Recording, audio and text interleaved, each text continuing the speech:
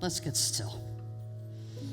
I know some of you come here just for that opportunity to connect, to be part of not just this community, but to also connect within to that sweet spirit that we choose to call God. So I invite you to close your outer eyes if you're comfortable. And we place both feet on the ground and allow the energy of the earth to be part of this experience. So we allow our feet to feel that energy and allow it to move up our legs into our torso, and we just breathe. We breathe in that beautiful earth energy. Some people call it Mother Earth, but we bring in that presence of the power within each of us. That peace, that serenity, that knowingness that God resides within us. For God and I are one. Repeat that. God and I are one. One more time. God and I are one. So we move that energy throughout our entire being to the point where you can feel it on the tips of your fingers. And feel your forefinger and your thumb and feel the energy. Acknowledge that energy within you. For it is the energy of God. It is the energy of that sweet spirit. It's the energy of the presence within us that moves through us, never stopping, moving through us, cleansing, letting go, gathering and breathing. So we feel that energy as if we're feeling the very beat of our heart. And we hear that beat. Boop, boop, boop. That's God. That's God tapping at our heart. So we see our mind wide open and we see our heart wide open. As we go within, being receptive to all that awaits us. For what is yet to come is all good. What has happened is all good. And where we are right now is good. God and I are one. So we connect with that spirit in our way that keeps us wide open to the unlimited possibilities of all that awaits us. We can walk this human experience holding the hand of God, breathing in the very essence of God, and walking with God in every step and in every endeavor. The presence of God is there. I carry this faith of God with me throughout the day. I carry this faith I have of God throughout my day. For I choose to go within to feel and see the presence of God. I choose to see the presence of God in everyone and in everything, in all circumstances. Though even in the darkest of our days, God is there. And God is always there in the light of the day. For as we look around, we see the presence of God. So I invite you to visualize a shining white light. Call it a star, call it a flicker. And we see that light permeating our inner eyes. And we see that energy field, that light, go within us and radiate who we are. It lights our way. It lights the presence within us. For we are connected with that inner source in all we do, say, and be. And we see that light shining bright within us, creating its own aura around us. For I carry this light of God with me throughout the day. For I know God and I are one. So I invite you now to just go within and feel the presence, the very presence of God within you. And we listen. we listen to that still small voice, and we breathe. We breathe. And we listen.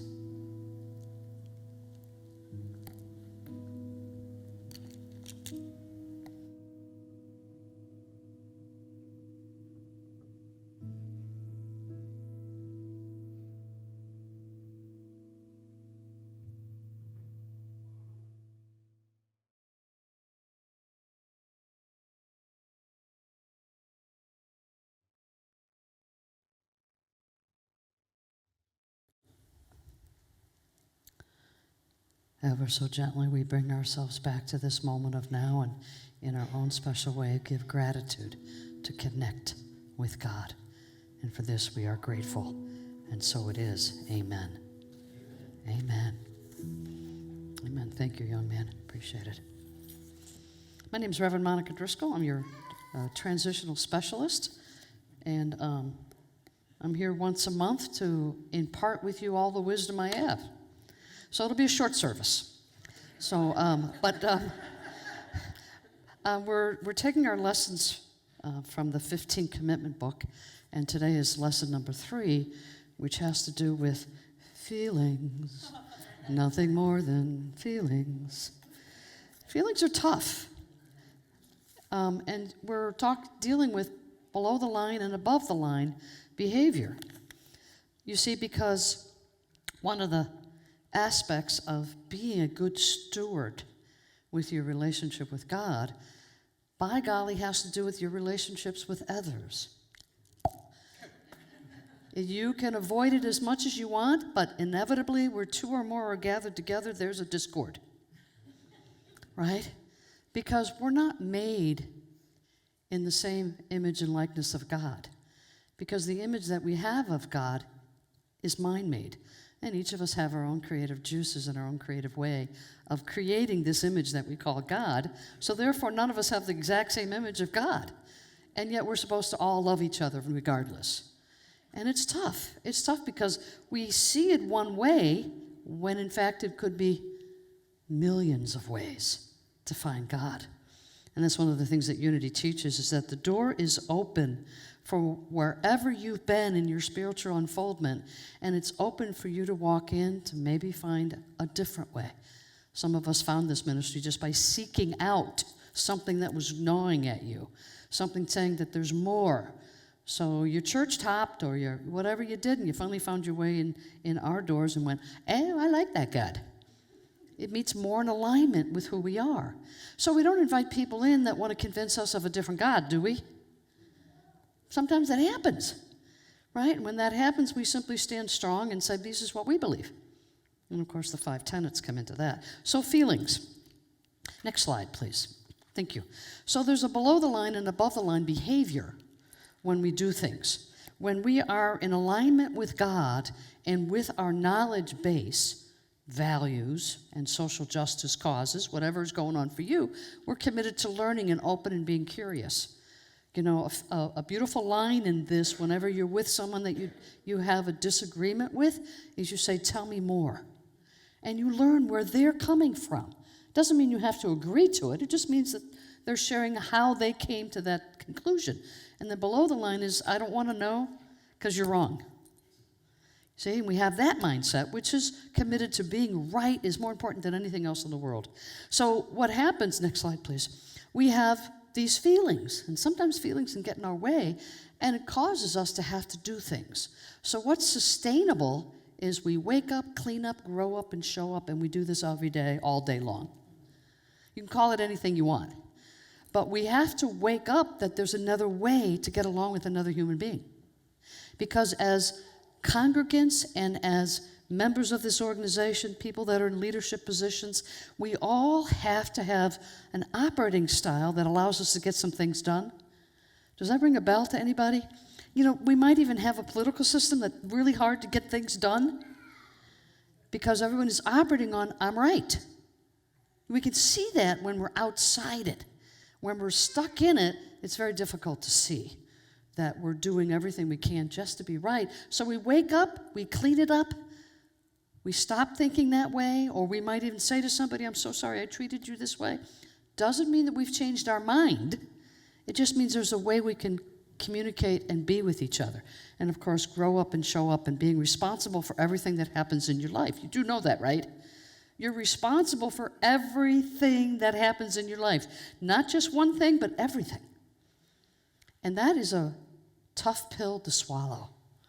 Because when you fully embrace no one and nothing is against you, you lose a part of you that you can no longer use, and that's blame. We can't blame anybody else for what's going on. So when something happens to us, it's our call to take a look at something. Something is asking it to be released. And when we don't deal with our emotions, guess what they do? And then, boom, I want a divorce because I left the front door open. Right? Now, and we'll be in a situation where it feels like the punishment doesn't fit the crime because we build it up. We build it up, and not just females, but males too. I'm in a relationship. I'm married to a woman, and men that are married to women know that if you don't handle your wife's emotions, all hell's going to break loose. Now, when you're married to a woman, and you are a woman, there is a laundry list. And then when it blows up, the list has to be handled. Every item on the list must be resolved. Oh, what do you mean you want the forks in downside? What? What do you mean the towel has to be folded this way? Everything. And these are wonderful times in relationships where you hope to hell you wake up the next morning and they're still there. Because that's where this gets a little, next slide please. This is where it gets a little tangled up. Because we wanna resolve the discord. Our goal is to do that, but please make it go away without me having to admit I was wrong. Maybe it'll go away. Maybe they'll forget that it was an issue. No one ever forgets. They just stuff it, right? You've had stuffed mushrooms? When you leave them out on the counter, they're awful.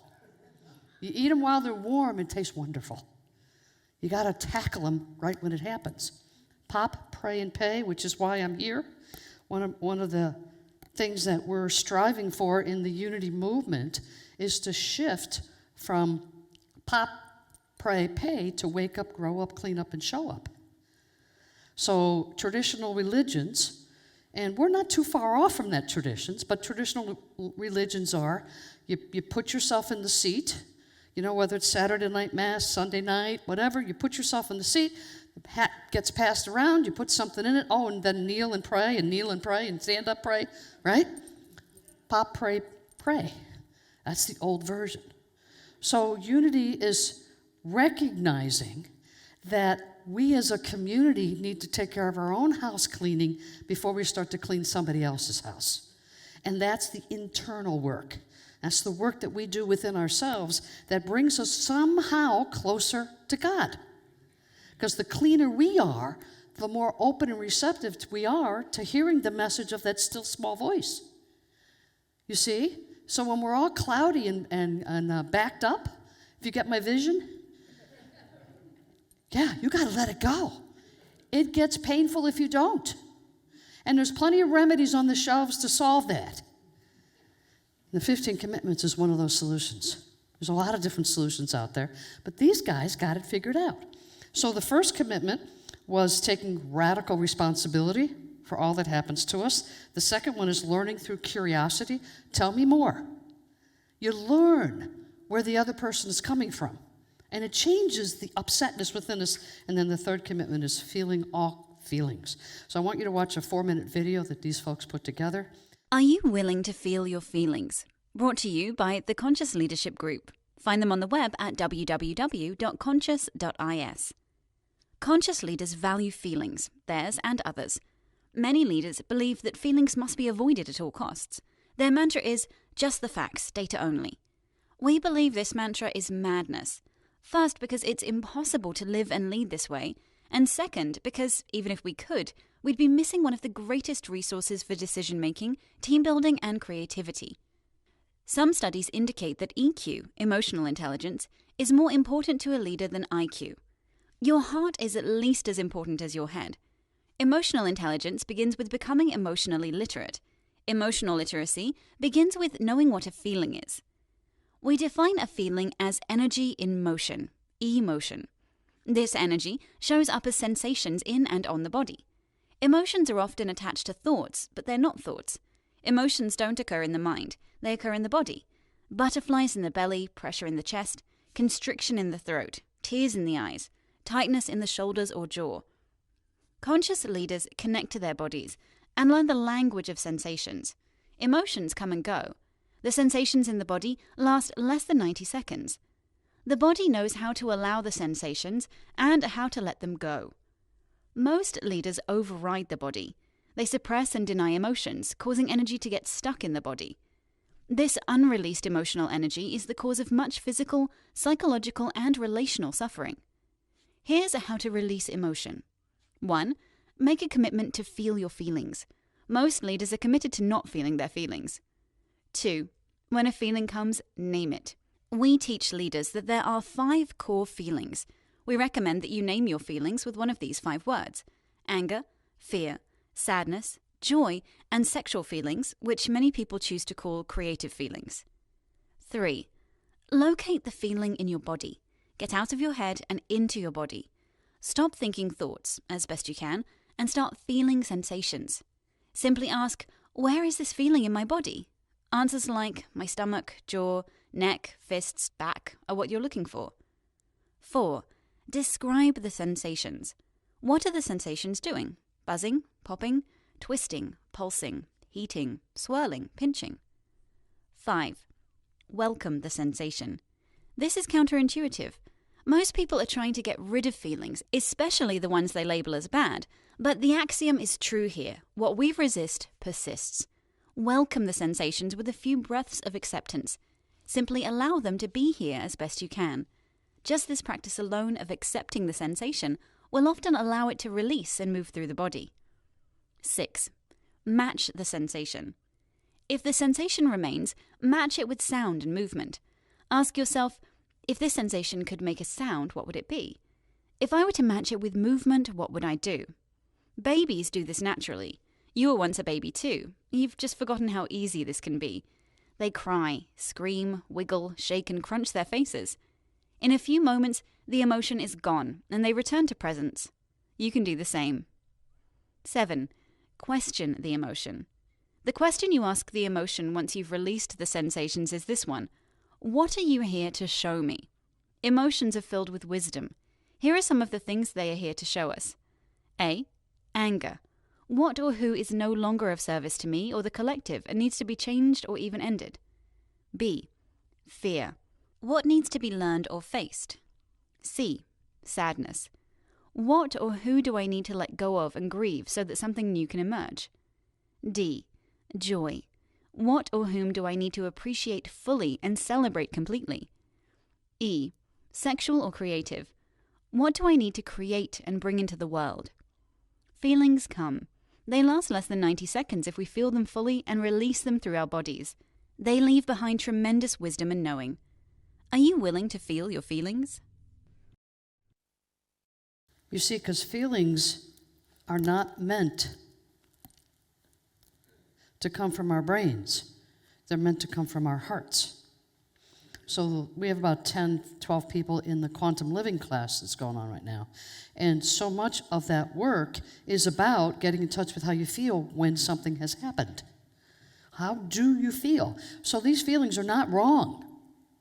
So those of us that were taught to have those kind of feelings, anger, sadness, even grief, somewhere along the line we've been told, some of us, not to have those feelings. And so we discount them. Or we shove them, bury them, anything not to feel them, because we've been taught not to feel them. But now that we're on this spiritual quest, it's our job to feel them, to pull them out and actually feel them and allow them to be acknowledged. Because once you can acknowledge a negative feeling, then you're able to go to the other side. You see, you now know what you're working on. And we know the acronyms for fear: false evidence appearing real, or whatever language you want to put on it.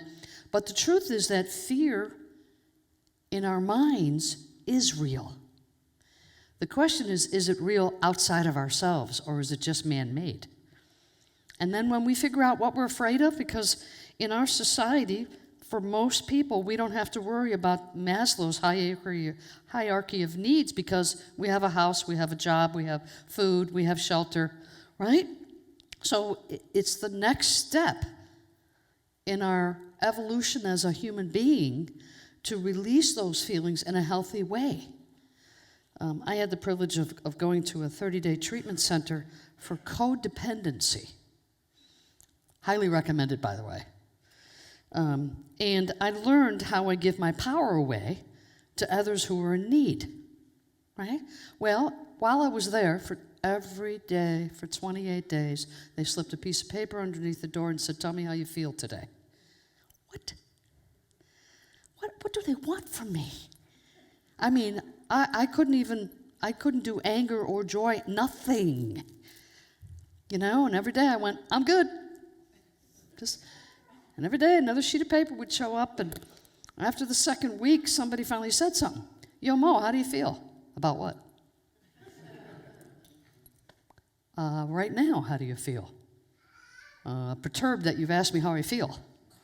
See, I couldn't grapple with it. And finally, when I was able to pronounce the words, and they gave me this feeling sheet that had 50 things, and finally they said, "Just circle 5.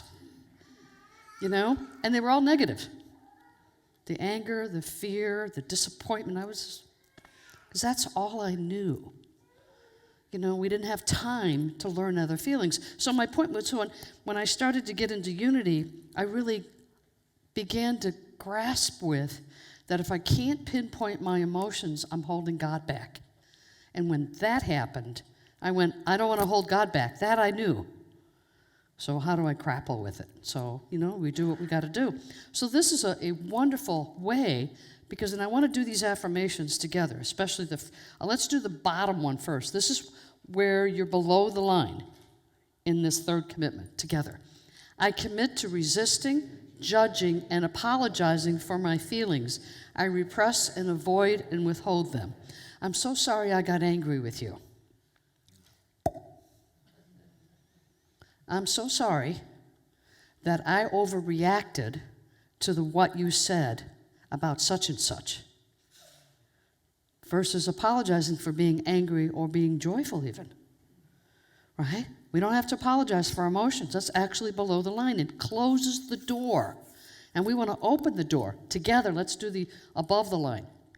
I commit to feeling my feelings all the way through to completion. They come, and I locate them in my body, then move, breathe, and vocalize them so they release all of the way through. You see the difference between the two? They're night and day. So the moment you feel yourself going, I'm not going to say a word, you're below the line. Rather than saying, okay, I'm feeling something, what is it? And try to figure it out. What am I feeling right now? And then knowing that you can commit to acknowledging your feelings is the first step. Then you name that feeling. Okay, seriously, put a name to it. What am I feeling right now? Anxious. Somebody shared with me this morning, they were so anxious to hear my talk. And I went, oh my God, I'm so sorry. And you feel anxious. You know, I wanted them to be excited about it. See, two different, right? So we name it. So they were excited about me being here. And then where does the body put that? You know? And how many of you wear the thing in your mouth at night so your teeth don't grind? Night guard, thank you. I do. I can name that emotion. Because that's where I hold it, that in my neck, right? We all have different places, the lower back. We're holding in what needs to be released. So this creates an opportunity to have a healing event. Every time you're able to release an emotion, you heal. It's awesome. Some scientists and psychologists say that cancer is an angry disease. Cancer can't grow in the light. It's a darkness disease. So it needs to fester, grow, germinate, and then come out in all different manners.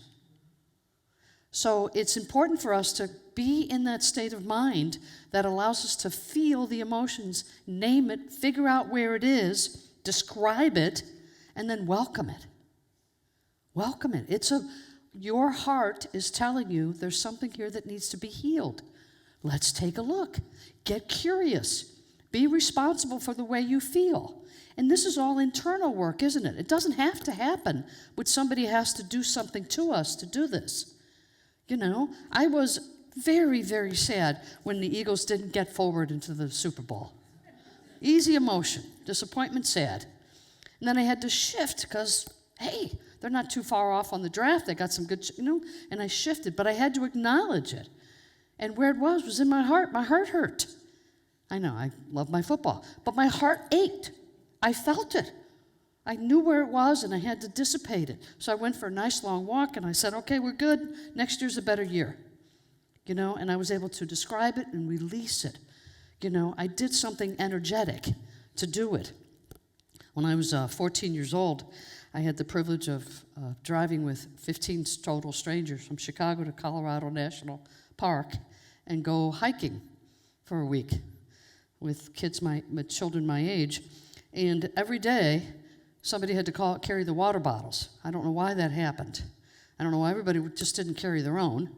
But there I was, saddled with the water bottles one day, climbing up, and I got up to the top, and I could see everybody down there waiting for me, and they yelled at me to hurry up because they wanted their water bottles. I was triggered. And I said things that my mama wasn't proud of from the top of that mountain. I expressed it and I released it. Little did I know that that's what I was doing it, because I knew what the emotion was, and I knew where it was in my body, and I released it. And I was able to let all that energy go. Because I'm pretty sure by the time I'd gotten down the hill, if I hadn't done that, probably all the water bottles would have been emptied. Just as a dig and a way to get back at how I felt, when that would have been below the line, see? I would have been apologizing for my emotions. Instead, I was able to release them. So there's a process in this whole feelings. You got them. They come from your heart, not your head. And when you know something's happened and you can't describe it, you know it's there, and you made a decision to not ignore it, right? You change your behavior. You're not going to ignore it.